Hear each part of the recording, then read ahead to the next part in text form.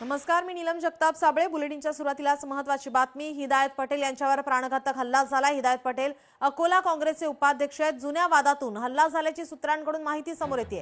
अज्ञात व्यक्तीने चाकूने हिदायत पटेल यांच्यावर हल्ला चढवला। पोलिसांचा आता मोठा बंदोबस्त घटनास्थळी दाखल झालेला आहे। हिदायत पटेल यांच्यावर प्राणघातक हल्ला झालाय।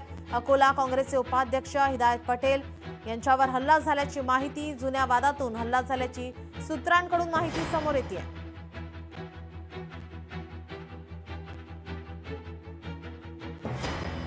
अज्ञात व्यक्तीने चाकूने हिदायत पटेल यांच्यावर हल्ला चढवला। त्यांना सध्या रुग्णालयामध्ये दाखल करण्यात आलेलं आहे। हल्ल्याचं कारण अस्पष्ट आहे। आपण ही दृश्य पाहतोय। हल्ला झाल्यानंतरची ही दृश्य। अज्ञात व्यक्तीने चाकूने हिदायत पटेल यांच्यावर हल्ला चढवलेला आहे। पोलिसांचा बंदोबस्त आता तैनात करण्यात आलाय। आपले प्रतिनिधी अमोल नांदुरकर आपल्यासोबत फोन लाईन वरून जोडलेले आहेत। अमोल, काय अधिकची माहिती? नक्कीच नीलम, अकोला जिल्ह्यातील मोहाडा गावात ही घटना घडलेली आहे। काँग्रेस पक्षाचे उपाध्यक्ष व माजी जिल्हा प्रमुख हिदायत पटेल यांच्यावर प्राणघातक हल्ला झालेला आहे। मिळालेल्या माहितीनुसार हा हल्ला जो झालेला आहे तो जुन्या वादातून झालेला आहे।